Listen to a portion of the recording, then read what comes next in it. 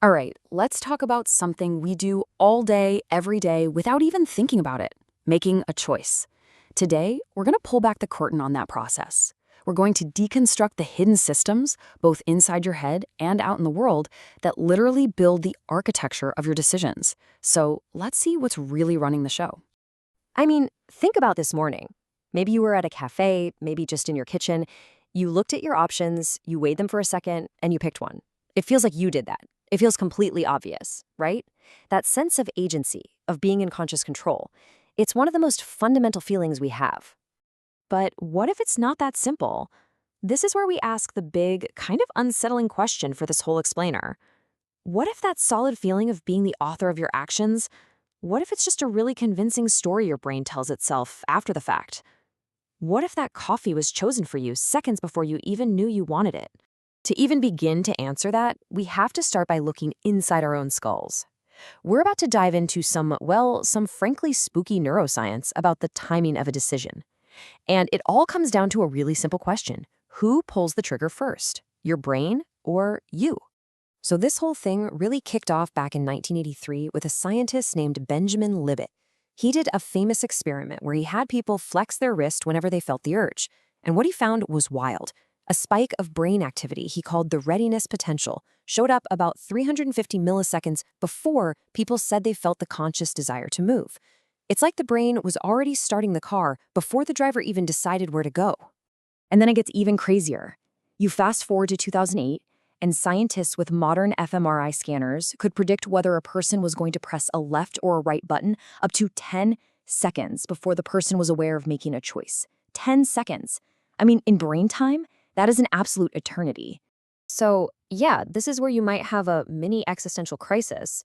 If my brain has already decided what I'm going to do 10 seconds from now, what is my role in all of this? Am I just along for the ride? Is my conscious self just like a press secretary, showing up late to the meeting to put a good spin on a decision that was already made in a back room? But okay, before we all spiral into a pit of despair, we have to look closer at the numbers. The brain scan wasn't a perfect crystal ball. Its prediction accuracy was only around 60%. Now, that is definitely better than a coin flip, which is 50-50, but it's a long way from being 100% certain. It suggests there's a bias, a tilt, but maybe the game isn't over just yet. In fact, a more recent theory suggests we might be looking at this all wrong. What if that readiness potential isn't a secret decision at all?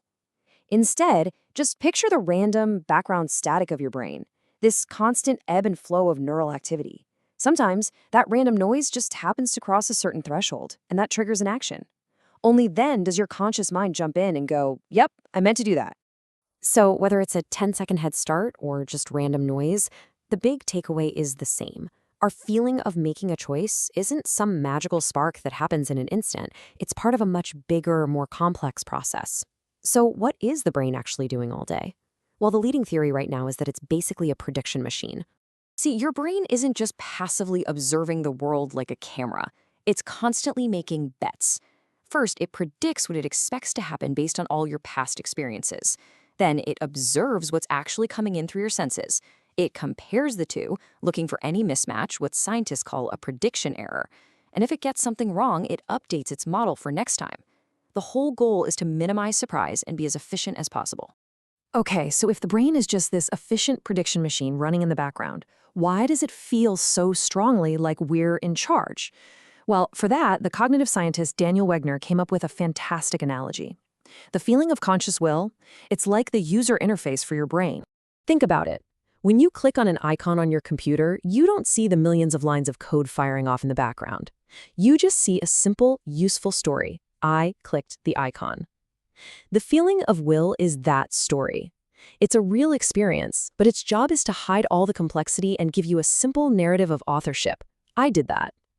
It lets us keep track of what we're doing, and then we get really good at inventing reasons to justify why we clicked. Now, this internal prediction machine would be mind-bending enough on its own. But here's the thing. We don't live in a vacuum. We live in a world that has figured out how to interact with that engine, how to guide it, and sometimes how to exploit it. And that brings us to the external system, the architecture of choice. Our choices are never presented to us in a neutral way. The way options are framed, the order they're in, even the color of a button, it all influences what our predictive engine is going to do. Sometimes this is done for our own good. That's a nudge, like putting the healthy food at eye level. But a lot of the time, especially online, this architecture is designed to hijack our autonomy using what are called dark patterns.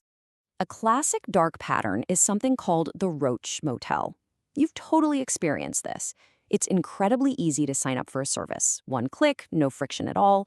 But when you want to cancel, oh, suddenly you're clicking through 4 different menus, looking for a tiny gray link, and maybe you even have to make a phone call. That's not an accident. That is intentional design that uses friction as a weapon. Or how about this one? You're on a website, a pop-up appears asking for your email. The yes button is big and green. The no button is just tiny text that says something like, "No thanks, I'd rather pay full price." That's called confirm shaming. It's designed to manipulate your emotions, to steer you toward the choice they want you to make. So here's the crucial point where it all comes together. We have our internal system, this predictive brain that runs on hidden code and loves taking shortcuts, and that system collides with an external world of menus and algorithms that are often designed to exploit those exact same shortcuts. The illusion isn't that you didn't click the button, you did. The illusion is thinking that click was a moment of pure isolated freedom. In reality, it was just a last step on a path that someone else paved for you. So, if our brains are running on autopilot and the world is full of dark patterns, are we just puppets? Is it hopeless? Well, no. This is where we pivot. The goal isn't to just declare free will dead. The goal is to redefine what it actually means to be in control. It's about becoming the architect of your own system. See, true agency, real control, doesn't come from trying to will harder in that split second when you're facing a choice. But then it's often too late. The prediction engine is already firing. Real agency is about what you could call system governance. It's about stepping back and deliberately designing the inputs to the system that will shape your future choices. So how do you do that? Well, philosophers have this great concept. Think of it like this. You have 2 levels of desire. Your first order desire is that immediate impulse. I want that donut. But your second order volition, that's your desire about your desire. I want to be the kind of person who wants to eat healthy. Real agency is learning how to act on that second order desire. So how do you actually do it? You govern the system.